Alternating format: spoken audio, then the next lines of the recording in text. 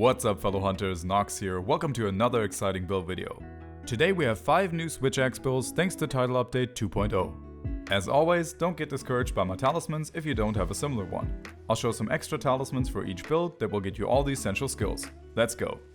We're gonna start with the Unbroken, an insane tank build that gives you amazing survivability while still doing a lot of damage.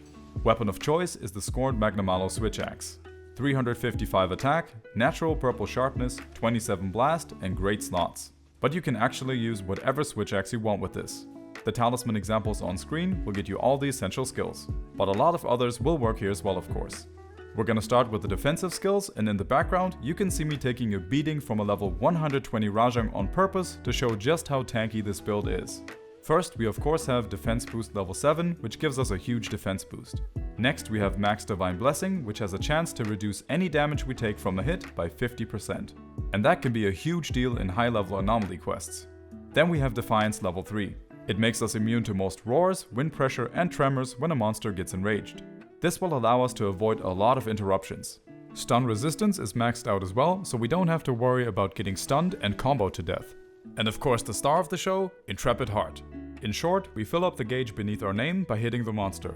And when the gauge is filled, this will negate the damage reaction to a single attack and reduce the damage we take from it by a massive 75%. To increase our damage, we have Attack Boost level 6 for a nice flat damage boost, Weakness Exploit level 3 for its amazing offensive value, and Burst will increase our damage further when we land continuous hits.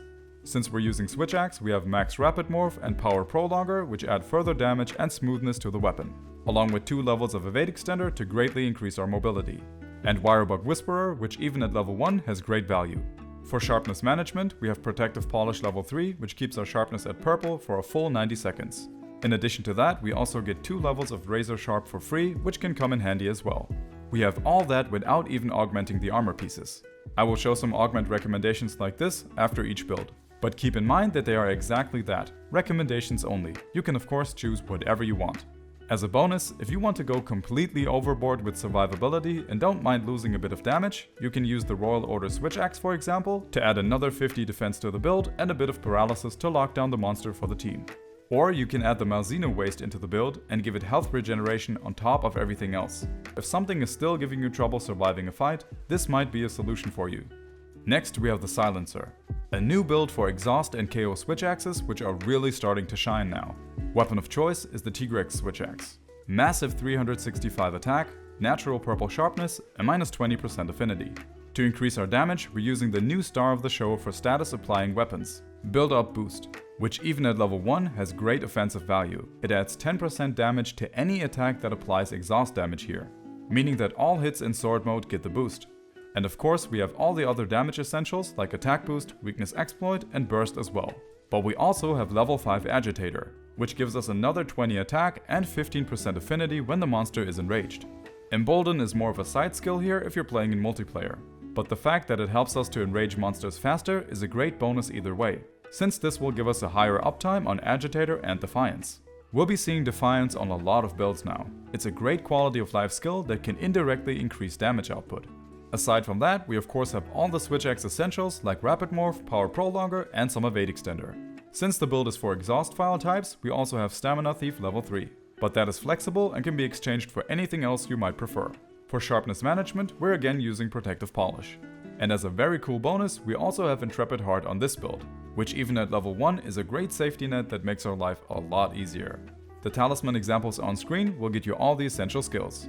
We're not using any additional levels of Slugger because the value we get from it is pretty small, but that is something you can definitely go for with augments if you like.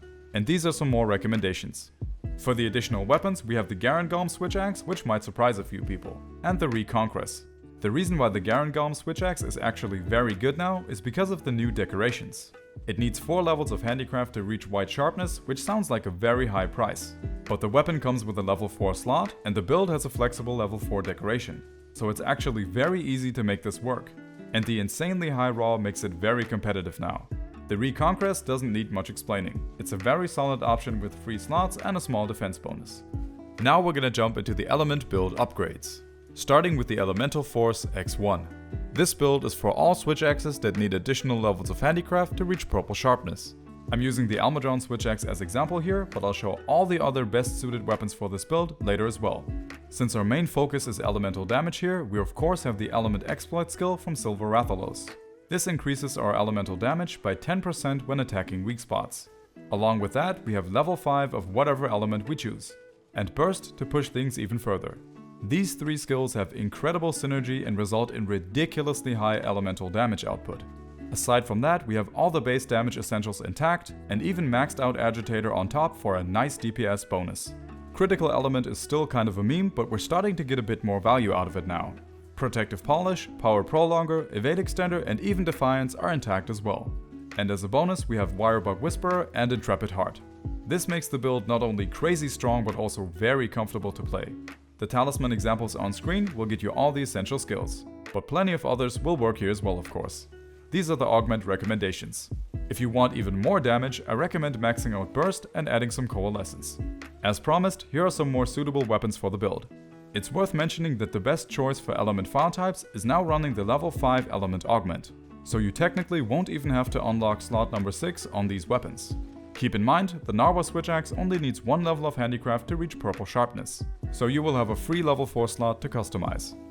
Elemental Force X2. This one is for all element Switchaxes that don't need any additional levels of handicraft. I'm using the Daora Switchaxe as example, but I will of course show other suitable weapons after the build. All the damage and smoothness essentials from the previous builds are intact. And we have the nice elemental skill synergy here as well. The difference is that we have an additional level of attack and Power Prolonger. Embolden went up to level 2 as well, but keep in mind that aside from its effect to enrage monsters faster, it will be more of a side skill if you're in multiplayer. The increased evade window we get from it is great, but be careful not to rely on it, since it will only be active when the monster is targeting you. And we also gained a free level of Adrenaline Rush. On top of that, we again have Wirebug Whisperer and Intrepid Heart as well. Intrepid Heart is so good and so affordable that it can find its way into most builds. The extra Talisman examples from earlier will get you all the essentials here as well. Even just 2 level 2 slots would be enough to make this work with minimal loss. The Augment recommendations are very similar to the ones from the previous build, but since a lot of weapons that fit this build will be power file types, you should prioritize going for attack boost over burst. These two are some of the best additional picks for the build. The Shagaru, Mizu and Flaming Espinas Switchaxe work great with this one as well, but they cannot outdamage the other options for those elements that we saw with the EFX1 build. Now we have something most monsters don't want to hear, the toxic truth, and that is that certain poison builds are becoming very strong. Weapon of choice is the Chameleos or Remobra Switchaxe.